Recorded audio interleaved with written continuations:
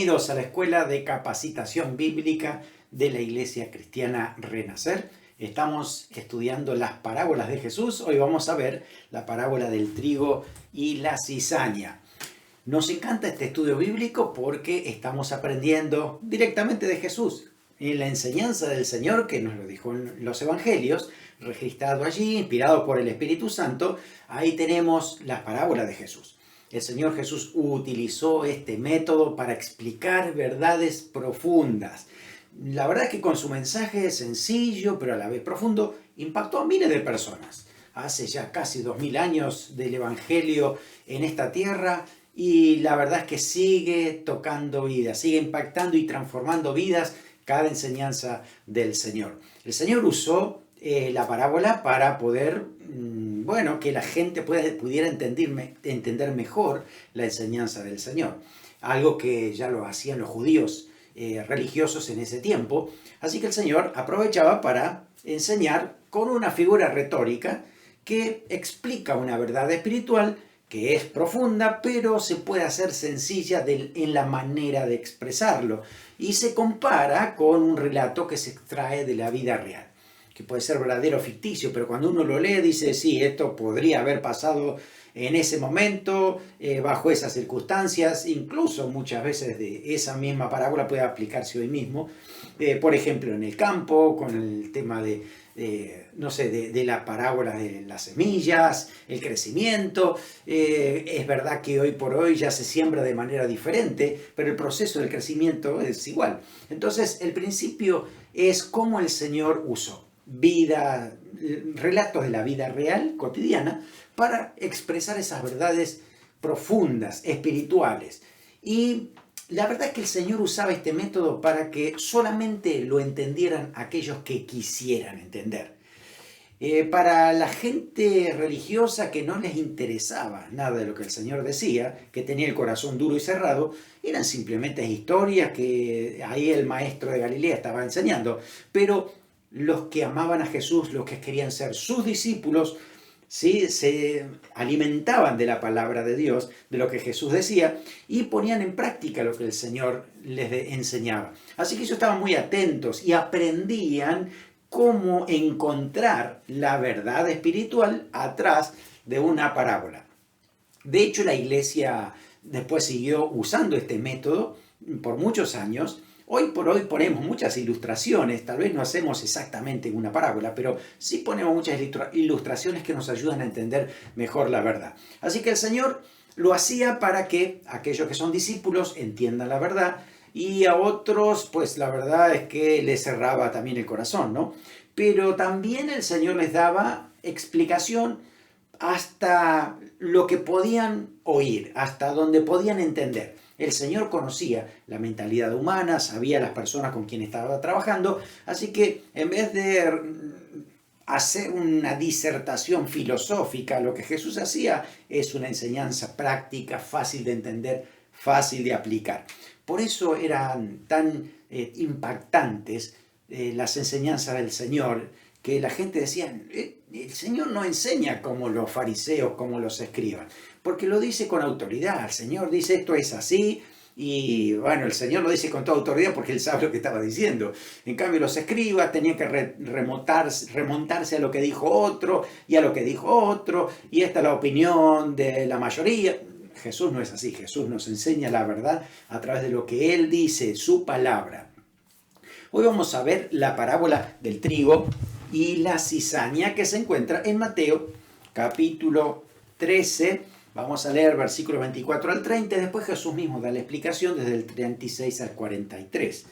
Vamos a leer entonces Mateo capítulo 13, versículo 24. Dice así: les refirió Jesús otra parábola diciendo, el reino de los cielos es semejante a un hombre que sembró buena semilla en su campo, pero mientras dormían los hombres, vino su enemigo y sembró cizaña entre el trigo y se fue. Cuando salió la hierba y dio fruto, entonces apareció también la cizaña. Vinieron entonces los siervos del padre de familia y le dijeron, Señor, ¿no sembraste buena semilla en tu campo? ¿De dónde pues tiene cizaña? Y él le dijo, un enemigo ha hecho esto. Y los siervos le dijeron, ¿quieres pues que vayamos y la arranquemos? Y le dijo, no, no sea que al arrancar la cizaña arranquéis también con ella el trigo. Dejad crecer juntamente lo uno y lo otro hasta la siega, y al tiempo de la siega yo diré a los segadores, recoged primero la cizaña, atadla en manojos para quemarla, pero recoged el trigo en mi granero. Muy fácil de entender, en ese momento todo el mundo sabía cómo trabajaba un sembrador, cómo ponía buenas semillas en su campo, y todos sabían lo que era la cizaña. Así que era algo muy notorio para ellos. Y el contexto de esta parábola es que el Señor estaba enseñando acerca del reino, acerca de esta llegada del reino a través del mismo, del Señor Jesús, que Él es el que siembra la palabra de Dios en los corazones. De hecho, Él hacía directamente eso, le enseñaba, daba a conocer la voluntad de Dios. El primer mensaje del Señor era arrepentíos porque el reino de los cielos se ha acercado. Así que había que arrepentirse de la vieja vida, del pecado, de lo que nos aparta de Dios, para que a través del mensaje de Cristo entonces pudiéramos ser sus discípulos, seguirle al Señor. Un mensaje que justamente se predica hoy mismo también aquí. La relación es esta, ¿no? Hay un reino de Dios, un reino eterno, que comienza en el corazón de la persona que acepta a Cristo en su corazón y luego continúa por la eternidad porque Jesús va a venir físicamente a la tierra. Así como el Señor ascendió a los cielos, aún los ángeles cuando bajaron a decirlo a los discípulos que estaban allí, dice, este mismo Señor, así como lo habéis visto ir al cielo, bajará y vendrá otra vez. Así que hay registros bíblicos de muchísimos pasajes donde el Señor nos dice que Él mismo descenderá y todo ojo le verá, hasta lo que les traspasaron. Así que el pueblo de Israel también está allí metido en este plan. Tiene un Dios un plan perfecto, así que en un momento el Señor llegará, tomará su iglesia, se la llevará con Él, después viene un tiempo de tribulación, luego viene el reino milenial y después viene juicio final y destino eterno. Todo eso está ahí en la palabra de Dios. Usted puede encontrar también estudios de escatología en nuestra página web o en el canal de YouTube y pueden ponerse un poco más al día con esto.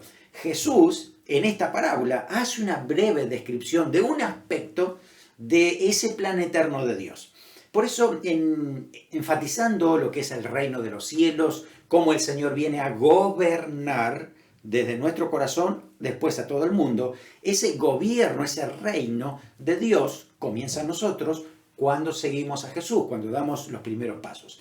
Ahora, para la gente que estaba a su alrededor, incluyendo los discípulos, la espera del Mesías implicaba que venía también a gobernar y a reinar de manera social, política, militar, que iba a tomar control de lo que es el reinado, y el Jerusalén sería el centro, eso decían las profecías.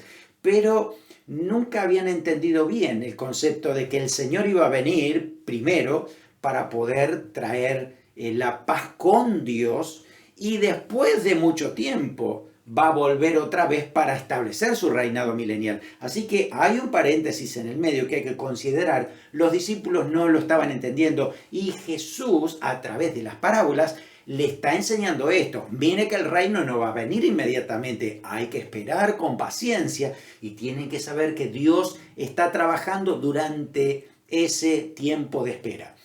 Hoy por hoy sabemos que por lo menos hay 2020 años que han pasado desde el nacimiento de Cristo hasta hoy y lo seguimos esperando con la misma fe que tenía la iglesia primitiva, la misma esperanza, ¿sí? Y la misma expectativa de saber que Jesús puede venir hoy mismo. Así es como lo espera la iglesia del Señor. Por supuesto que nosotros hoy estamos viendo muchas señales que hace muchos años atrás no se veían.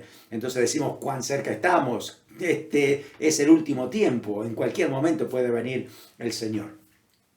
Así que Jesús, para explicar ese tiempo de gracia que hay, pero también de espera, hasta que venga Él en su reino, da varias parábolas para explicar esto. Y una de ellas es esta, la parábola del trigo y de la cizaña. Así que lo que el Señor quiere enseñar aquí es que tienen que entender que Dios tiene paciencia, Él espera para arrepentimiento, así que uno no tiene que rebelarse ante esa situación que puede haber en esa época o actualmente. Tenemos que saber esperar, y además está diciendo también de que no todos los que se dicen ser discípulos lo son. Y también puede ser que muchos que hoy por hoy no parecen discípulos lo van a llegar a ser. Por ejemplo, en ese momento Nicodemo había acercadose al Señor, había hablado y preguntado, no había dicho mucho, pero después nosotros vemos que cuando el Señor murió, Nicodemo con José de Arimatea fueron a sepultar el cuerpo del Señor como señal de discípulos que se manifestaron en ese momento y fue posterior. Así que la realidad es para hoy también, es esa realidad espiritual, que puede haber muchas personas que se dicen ser cristianos y no lo son, otros que por ahora no lo son, pero van a llegar a ser. Por eso es que las apariencias nos pueden engañar y Jesús nos muestra a través de esta parábola justamente eso. Hace referencia a un dueño de un campo que con su gente, sus trabajadores, sembraron buena semilla, que asumimos que puede ser de trigo, por lo que dice después el relato, ¿no? Así que haber sembrado esa buena semilla implicaría de que está todo bien, así que hay que esperar el tiempo natural para que germine, produzca fruto. Sin embargo, dice que a la noche apareció el enemigo y sembró cizaña. Cizaña tal vez es una planta que no sé si todos la conocemos. A lo mejor podemos entrar en Wikipedia y poder ver exactamente cómo es la cizaña. Y usted ve que mientras es una planta y está creciendo y todavía no ha madurado, cuando es verde es igual que un trigo, ¿no? Uno no lo distingue mucho. Pero por eso es muy parecida al trigo cuando es pequeña, pero es como que empieza a enredarse alrededor del trigo. Y si uno arranca desde pequeño al trigo, va a arrancar, perdón, a la cizaña también corre el riesgo de arrancar el trigo juntamente con esto, ¿no? Y también es cierto que esta hierba crece solamente en campos cultivados. Así que justamente ahí donde se había puesto lo que era el trigo, alguien, el enemigo, había sembrado en ese campo lo que era justamente la cizaña. Algunos inclusive decían, ¿no?, que esta planta era una degeneración del trigo, que se parecía, pero en un momento se cambió, se truncó, ¿no? y era diferente al final lo que sería ese fruto, ¿no? Según un comentarista, la cizaña se cría espontáneamente en los sembrados y la harina de su semilla es venenosa, y ese es el gran problema. Una cosa es la apariencia y otra cosa es que sea de mala calidad, pero si es venenosa, ahí ya tenemos un grave problema. Así que el trigo alimenta, pero la cizaña mata. Eso significa entonces que hay que tener mucho cuidado, ¿no? Porque si a la hora de cosecha tenemos las dos cosas juntas, pueda que ese veneno, pequeño veneno, pueda hacer daño a aquella persona que pueda estar alimentándose. Por eso era tan importante quitar la cizaña del trigo. Y por eso los trabajadores, cuando ven y se dan cuenta de que había allí cizaña, le dicen al patrón: ¿quieren que arranquemos ahora la cizaña? Y ahí dicen: no la arranquemos ahora porque son iguales y nos vamos a confundir. Vamos a esperar que crezcan, que maduran, que ahí sí va a ser fácil de distinguir. Hay un escritor, teólogo, que se llama William Thompson, de hace muchos años, hace 2 siglos atrás, pero él escribió en un libro que se llama La Tierra y el Libro, que él mismo vio la cizaña en Medio Oriente, porque él trabajaba allí con seminarios en ese lugar, y él le escribió lo siguiente, y él dice esto: el grano está en el momento ideal de su desarrollo para ilustrar la parábola. Cuando el trigo o la cebada ya están granados, la cizaña también, y cualquier niño, dice, notaría la diferencia, pero antes, cuando se observan con cuidado, cuando son pequeñas las plantas, uno se puede confundir. Él dice: yo no podría distinguirlos con absoluta seguridad. Hasta los campesinos que escardan los campos regularmente en esta tierra, dice, no intentan separarlos al principio. No solo es que los confundiría, sino como las raíces están entremezcladas, sería imposible de separarlos sin dañar lo bueno de lo malo. Hay que dejarlos crecer al mismo tiempo hasta el tiempo de la siega. Ahí está la clave. Miren, esta persona nos dice entonces que el trigo y la cizaña crecen juntos de raíz y se mezclan las raíces. El gran problema es que si tú arrancas entonces la cizaña, arrancas parte también de la raíz del trigo. Por eso en ese momento es muy difícil quitarla, ¿no? Y si son las cortas de por arriba, sigue creciendo otra vez. Entonces era importante esto de que permanezcan creciendo juntas. Así que, bueno, la cizaña ahí está, ¿no? Junto con el trigo. Para los judíos se parecía tanto que le decían trigo bastardo, ¿no? O trigo de segunda categoría, o lo aparente, ¿no? Que podría llegar a ser un trigo. La cuestión es que el trabajo, al final, lo que se hacía era cosechar y separarlos a mano, ¿no? Había que ponerlo en grandes bandejas y ahí entonces las personas, los trabajadores, lo que hacían era poder poner en un lado el trigo y poder poner entonces la cizaña en otro lado. Se podía distinguir muy bien cuando ya había madurado el trigo bien amarillo, bien fuerte, ¿no? En ese amarillo. Lo hemos representado aquí con este color, ¿no? Casi naranja. Pero la cizaña, cuando madura, tiene un color violáceo, así que es fácil de distinguir por los colores, ¿no? Lo que es amarillo anaranjado de lo que es violeta, ¿no? Es evidente cómo el fruto justamente nos muestra esa diferencia. Así que la interpretación que el Señor le da ha sido directa, ¿no? El Señor mismo, Él está mostrando lo que es, ¿no? El Señor sembrando la semilla y Satanás la cizaña. Lo vamos a leer porque Jesús mismo da la interpretación de su parábola. Así que respetemos lo que Jesús dice, no añadamos algo que no esté aquí, lo que el Señor dice. Mateo capítulo 13, versículo 36 dice: Entonces, despedida la gente, entró Jesús en la casa y acercándose a él, sus discípulos le dijeron: explícanos la parábola de la cizaña del campo. Respondiendo él les dijo: el que siembra la buena semilla es el Hijo del Hombre. Por eso es Jesús el que siembra la buena semilla. Dice, el campo es el mundo, la línea azul sería. El campo es el mundo, la buena semilla son los hijos del reino.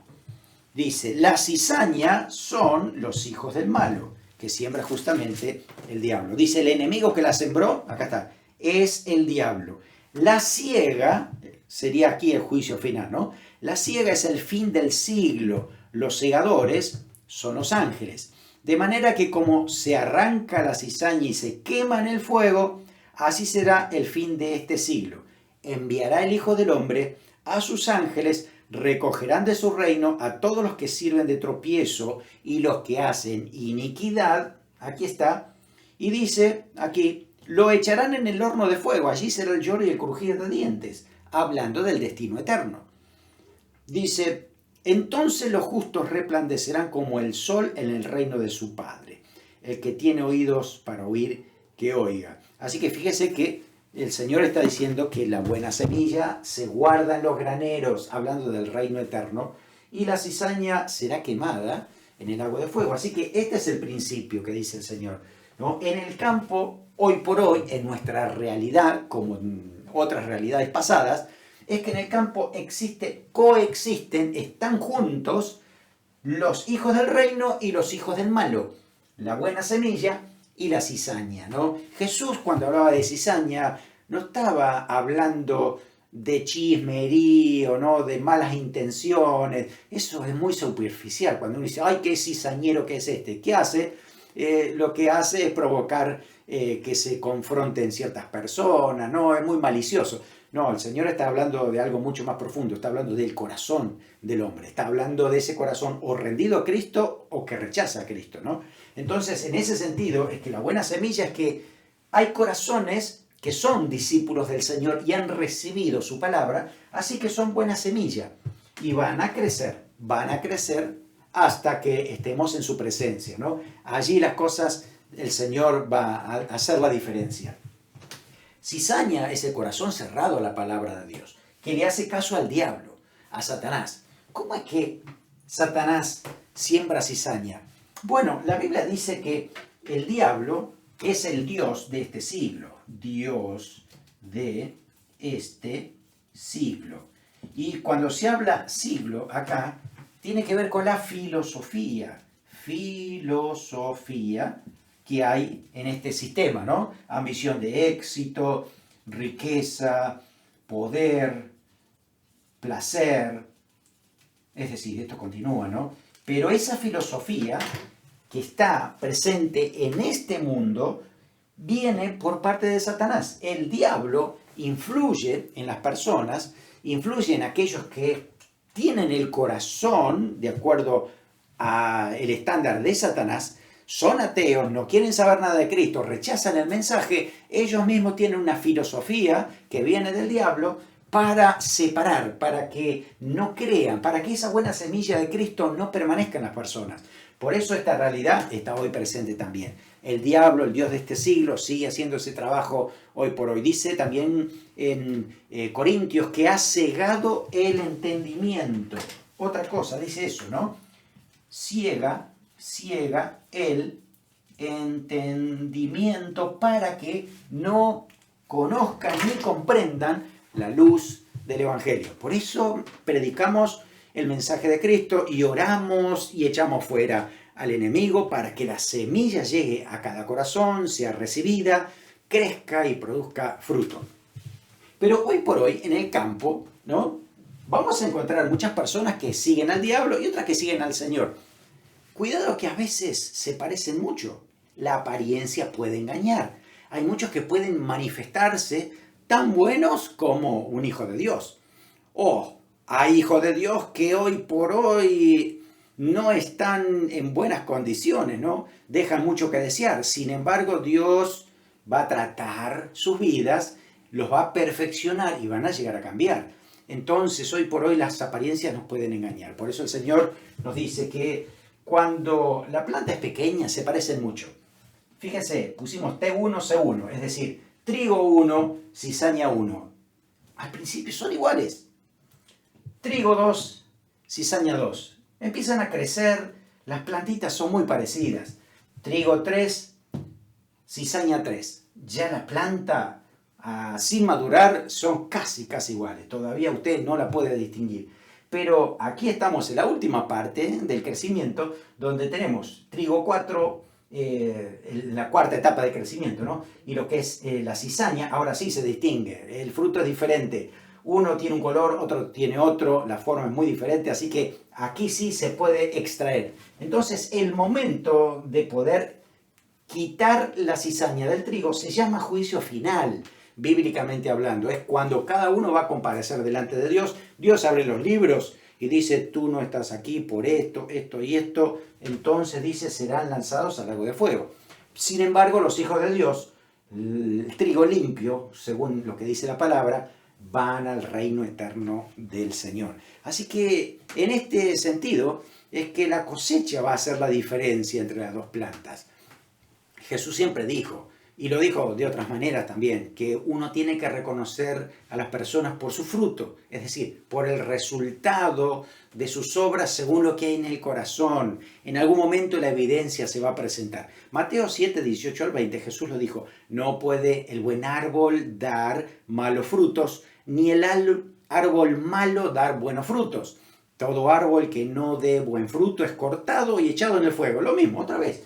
Este lago de fuego es tan real que el Señor lo ha repetido tantas veces como para que tomemos conciencia. La eternidad sin Cristo es lago de fuego y azufre, donde hay un lago real, ¿no? Que quema realmente, ¿no? Y hay que prestar mucha atención porque es muy serio el final en ese sentido. Así que dice, por sus frutos los conoceréis. Así que esta parábola lo que hace es anticipar el juicio de Dios. Está diciendo que el bien y el mal hoy por hoy pueden estar trabajando juntos, no significa que es lo mismo, pero que conviven en el mismo mundo. Esa es la realidad, ¿no? Pero va a haber una distinción. En la eternidad, unos van a ir a un granero y otros van a ir al fuego para ser quemados. Esta parábola tiene mucha gran verdad para enseñarnos, ¿no? En primer lugar, nos enseña que hay un poder hostil en el mundo que está buscando destruir la semilla. Ya Jesús lo había dicho en la parábola del sembrador, ¿no? Anteriormente, ya lo hemos visto, que dice que viene el malo y arrebata la semilla que fue sembrada en el corazón. El diablo siempre hace eso, envía a sus ángeles caídos para que también le quiten del corazón a las personas la palabra de Dios. Por eso hay que trabajar y estar permanentemente al cuidado de cada persona para darnos cuenta que no venga el diablo y quite esa semilla. Jesús dijo que Él vino a traer vida y vida en abundancia. Sin embargo, dice, el ladrón, ahí está el contraste, ¿no? Hablando del diablo. El ladrón no viene sino para hurtar, matar y destruir.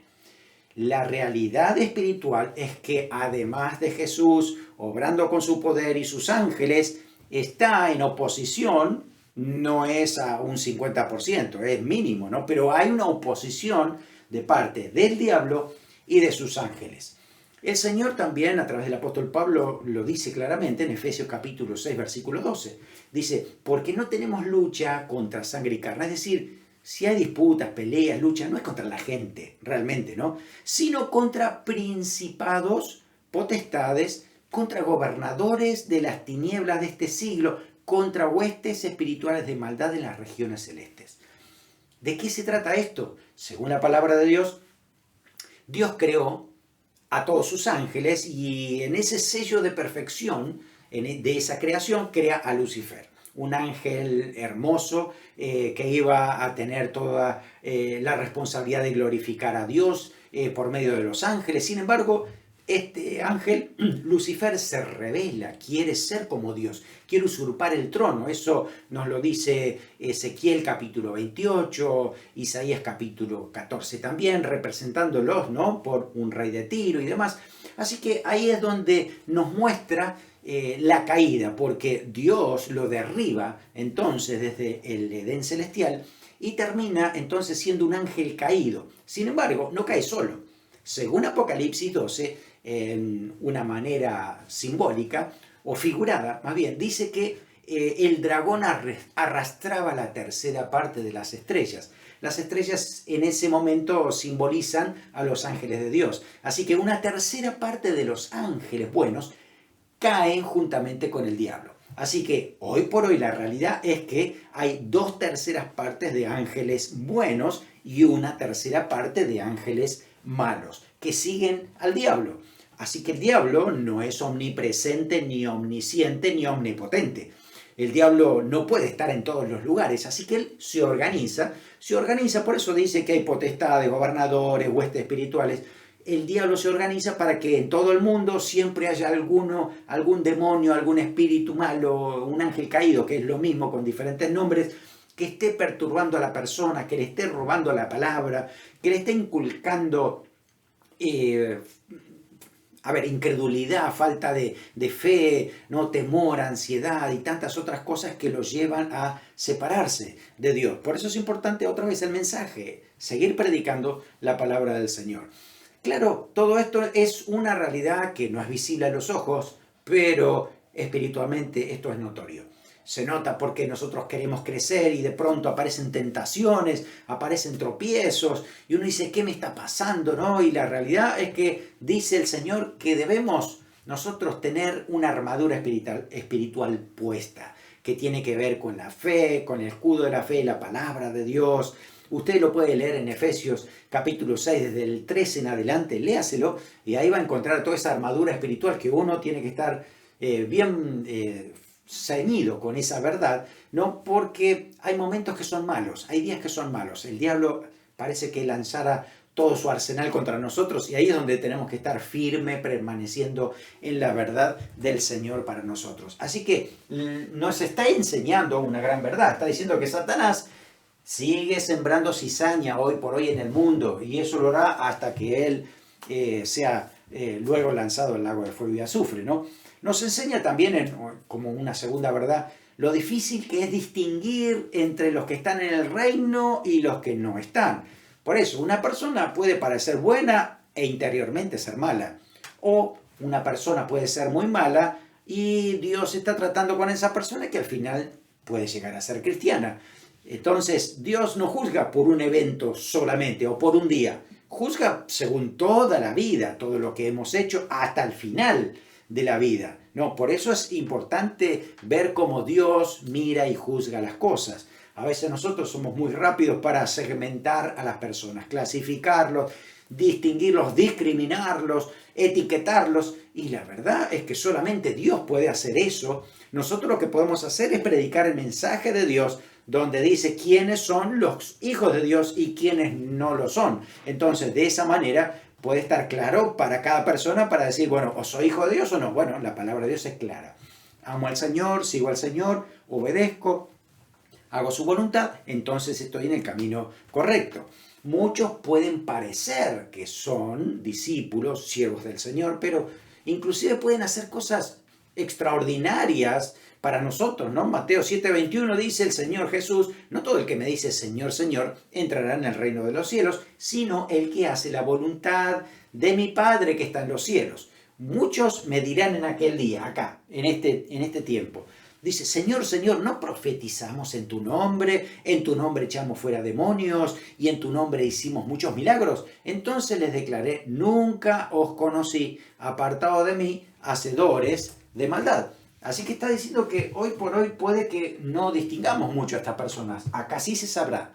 Y puede ser que hagan muchos milagros, inclusive pasen como grandes hijos de Dios, pero tenemos que ver toda la historia, ¿no? Por eso el Señor conoce el principio y conoce el final. Solo Dios sabe qué va a pasar aquí, ¿sí? Con todas las personas.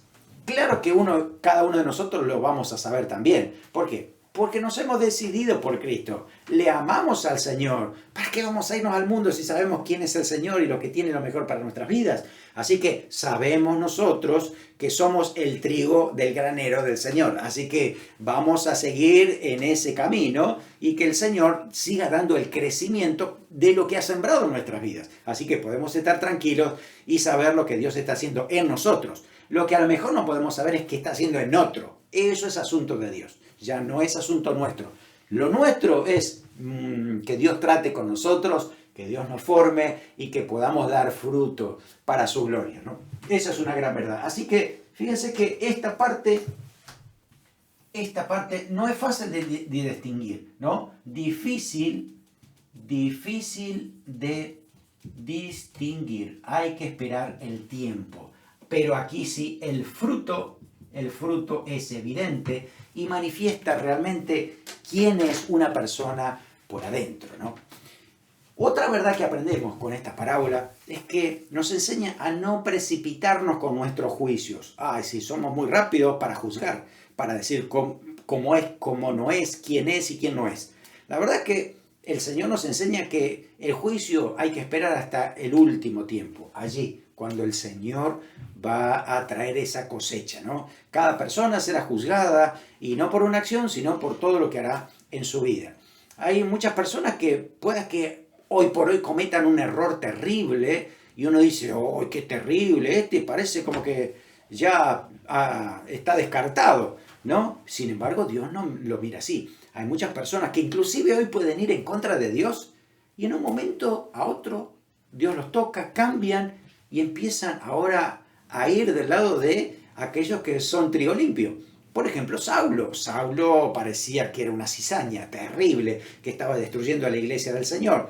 De repente, camino a Damasco, cae a tierra, se encuentra con Jesús y su vida hace un cambio tan grande de 180 grados que ahora va al ritmo del Señor y alcanza salvación, y muchos son salvados a través de su mensaje. Tenemos que esperar hasta el final. Puede ser que hoy por hoy haya muchos Saulos alrededor de nuestra vida que Dios quiera salvar y transformar, pero debemos saber esperar ese tiempo, ¿no es cierto? Al final va a haber un tiempo donde el Señor medirá las cosas. Puede que muchos hoy por hoy manifiesten mucha santidad, mucho amor a Dios, ministerio, pero ¿qué va a pasar de aquí a unos años, a un tiempo? ¿Seguirán en la palabra del Señor? ¿Van a permanecer firmes? Mire, Salomón era muy sabio por muchos años, pero en los últimos días se desvió, se perdió, y ojalá hubiera sido recuperado, tal vez por lo que dice al final de Eclesiastés. Puede ser que haya pedido perdón al Señor por todo lo que hizo, pero sus últimos años fueron desastrosos. Así que hay que ver todo el proceso, toda la vida, todo lo que vamos a vivir para la gloria del Señor. Al final habrá un juicio final. Lo dice la Biblia, Apocalipsis capítulo 20, desde el versículo 11. Dice que Juan vio un gran trono blanco y al que estaba sentado en él, de delante el cual huyeron la tierra y el cielo, y ningún lugar se encontró para ellos. Dice, y vi a los muertos, grandes y pequeños, de pie delante de Dios. Los libros fueron abiertos y otro libro fue abierto, el cual es el libro de la vida. Fueron juzgados los muertos por las cosas que estaban escritas en los libros según sus obras. El mar entregó los muertos que habían en él, la muerte y el Hades entregaron los muertos que habían en ellos, y fueron juzgados cada uno según sus obras. Y la muerte y el Hades fueron lanzados al lago de fuego. Esta es la muerte segunda. Y el que no se halló inscrito en el libro de la vida fue lanzado al lago de fuego. Esa es una realidad que va a suceder. En un tiempo, al final de los tiempos, Dios entonces apartará a aquellos que le han servido, aquellos que han reconocido a Jesús como su Señor, aquellos que le han amado a Dios dieron evidencia de ello, irán al reino eterno. Los que dieron mala evidencia, los que dieron evidencia negativa, contraria a la obra de Dios, pues los espera la condenación eterna. También esta parábola nos enseña que el juicio va a llegar al final. Siempre llega, siempre. Hay juicios que Dios nos muestra muchas veces que Él está actuando de manera inmediata. Pero la verdad, el juicio máximo y final es al final de los tiempos. Así que no es que esto es precipitado y el Señor en cualquier momento hace su juicio. No, va a llegar, irremisiblemente va a llegar. Pero hay que esperar, ¿no? Así que puede que hoy por hoy el pecador escape de las consecuencias, pero al final va a tener que rendir cuenta delante del Señor. Puede también que la bondad nuestra nunca sea recompensada, que amamos, bendecimos, servimos y nunca vemos respuesta. Aquí sí se notará. Dios recompensará a cada uno según sus obras, dice eso la palabra de Dios. Esta parábola también nos enseña que el único que tiene derecho de juzgar a las personas es Dios. Ni tú ni yo podemos juzgar a otros.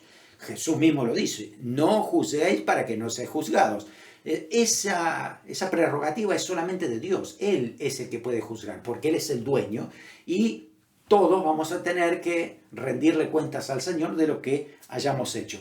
Solamente Dios conoce el bien y el mal de manera perfecta, así que Él solamente puede discernir cada corazón y saber exactamente lo que hay allí. Por eso, en un momento, el Señor hará esto, ¿no? Es el único que ve la totalidad de una persona, todo lo que ha sentido, lo que ha vivido, lo que ha experimentado, las emociones, pero también las motivaciones, también los pensamientos. Dios conoce todo, absolutamente. Por eso en el día del juicio final todo se va a saber. Así que la verdad central de esta parábola es que no debemos juzgar a nadie y al final el juicio de Dios va a venir. Es una gran realidad. Así que no sé, por ahí nos encontramos en este tiempo. Esto lo va a definir el Señor en el momento que estemos delante de Él, en su presencia. ¿Qué aprendemos de esta parábola? Tú y yo, hermano, primero, persevera hasta el fin. Tienes que seguir hasta el fin. No es cuán rápido has comenzado el camino del Señor, sino cómo terminas. Así que es como una maratón. Esto no es una carrera de 100 metros. Es una maratón larga que es hasta el final. Por eso el Señor Jesús en Mateo 24:13 dice, mas el que persevere hasta el fin, este será salvo. La perseverancia es súper importante porque puede llegar un momento, en un tiempo donde tú dices, ¿qué pasa con el Señor? Que no viene, que no se cumplen sus promesas y uno empieza a desmayar. Pero cuando uno está firme en el Señor, aunque vengan esos ataques, porque el diablo sigue sembrando estas cosas, ¿no? Uno dice, no, yo permanezco en el Señor, yo sé en quién he creído y voy a seguir escuchándolo al Señor y voy a seguir adelante. Por eso es tan importante la perseverancia. En segundo lugar, no te dejes guiar por las apariencias, reconoce el fruto, fíjate la evidencia de santidad, la evidencia real de un corazón. No, puede que en el momento no se note, pero con el tiempo sí se notará. Por eso las apariencias engañan, el corazón lo va a manifestar en algún momento el Señor, el Espíritu Santo puede guiarnos para tener discernimiento en ese aspecto. En tercer lugar, recuerda, no juzgues a otros. Esa tarea es del Señor. A nosotros nos corresponde juzgarnos a nosotros mismos, examinarnos a nosotros frente a la realidad de la palabra de Dios. Allí vamos a analizarnos y vamos a ver cuánto todavía nos queda por crecer. A veces, como dijo Jesús, vemos nosotros una paja en el ojo ajeno y tenemos una viga grande que no nos permite ver nuestro propio pecado o nuestros errores, y debemos reconocerlos para que el Señor siga trabajando en nuestra vida. Así que nos quitamos de nosotros mismos aquellos que nos puedan impedir ver. Cuarto lugar, recuerda que todos vamos a rendirle cuentas a Dios de todo. Nosotros no hemos traído nada a este mundo y también dice la Biblia que sin nada nos vamos a ir. Así que todo lo que tengamos aquí, lo que hicimos, nuestras motivaciones, nuestros servicios, nuestras relaciones, todo es de Dios. Dios nos ha dado todo eso y recursos para que lo administremos correctamente. Así que un día vamos a rendirle cuenta ante el Señor y debemos estar preparados para ese momento. Así que a lo mejor hoy tengamos que arreglar muchas cosas, corregir otras, enderezar el rumbo para poder hacer la voluntad del Señor. Quinto lugar, permanece fiel con paciencia. Un día todo se sabrá, un día todo saldrá a luz. Y lo que tú has sembrado para bien se manifestará. Así que sigue trabajando en el Señor, ten paciencia, el Señor tiene todo contado, a Él no se le pasa nada. Sexto lugar, descansa en la justicia de Dios. Dios es perfecto, Él sabe lo que hace. Él es más sabio que nosotros, sabe el tiempo que necesita, porque hay muchas personas que necesitan salvación. Y la verdad es que nosotros estamos aquí para predicar la salvación, no para condenar y mandarlos al infierno. Realmente tenemos que tener un corazón como el de Jesús, seguir sembrando la buena semilla. Somos sus colaboradores, dando ese mensaje, dándolo a conocer a los que están alrededor nuestro. Por último, ocúpate de dar fruto para la gloria de Dios. Que te encuentre el Señor siempre trigo, dando evidencia, fruto, resultado en tu vida. Si el Señor está trabajando en tu carácter, pues se va a manifestar el gozo, la paciencia, el amor, la bondad. Todo eso es fruto del Espíritu porque Dios está trabajando dentro de ti. Nos quedamos con Mateo 13, 41 al 43, donde Jesús dice: enviará el Hijo del Hombre a sus ángeles y recogerán de su reino a todos los que sirven de tropiezo y a los que hacen iniquidad, y los echarán en el horno de fuego. Allí será el lloro y el crujir de dientes. Entonces los justos resplandecerán como el sol en el reino de su Padre. El que tiene oídos para oír, oiga. Escuche, preste atención. Atención con estas parábolas. Nos están enseñando mucho, nos muestran la base de lo que es el Evangelio, de lo que es el reino de Dios. Así que sigue adelante, persevera en este camino y avanza porque el Señor tiene mucho que darte. Oramos. Gracias por tu palabra. Gracias, Señor, porque es viva y eficaz y la queremos poner por obra. Ayúdanos, Señor, a no juzgar por las apariencias, a no juzgar a otros, a saber esperar tu tiempo, a reconocerte a ti como el único que puede juzgar, Señor, y que eres el juez perfecto. Eres también nuestro abogado en estos tiempos donde la justicia la manejas tú. Te entregamos cada situación en tus manos. Pedimos que tú sigas poniéndonos tu amor, Señor, tu paciencia, Espíritu Santo trabajando en nuestro carácter para que podamos reflejar el carácter de Cristo. En el nombre de Jesús. Amén. Amén. Que el Señor te bendiga y sigue brillando para la gloria del Señor.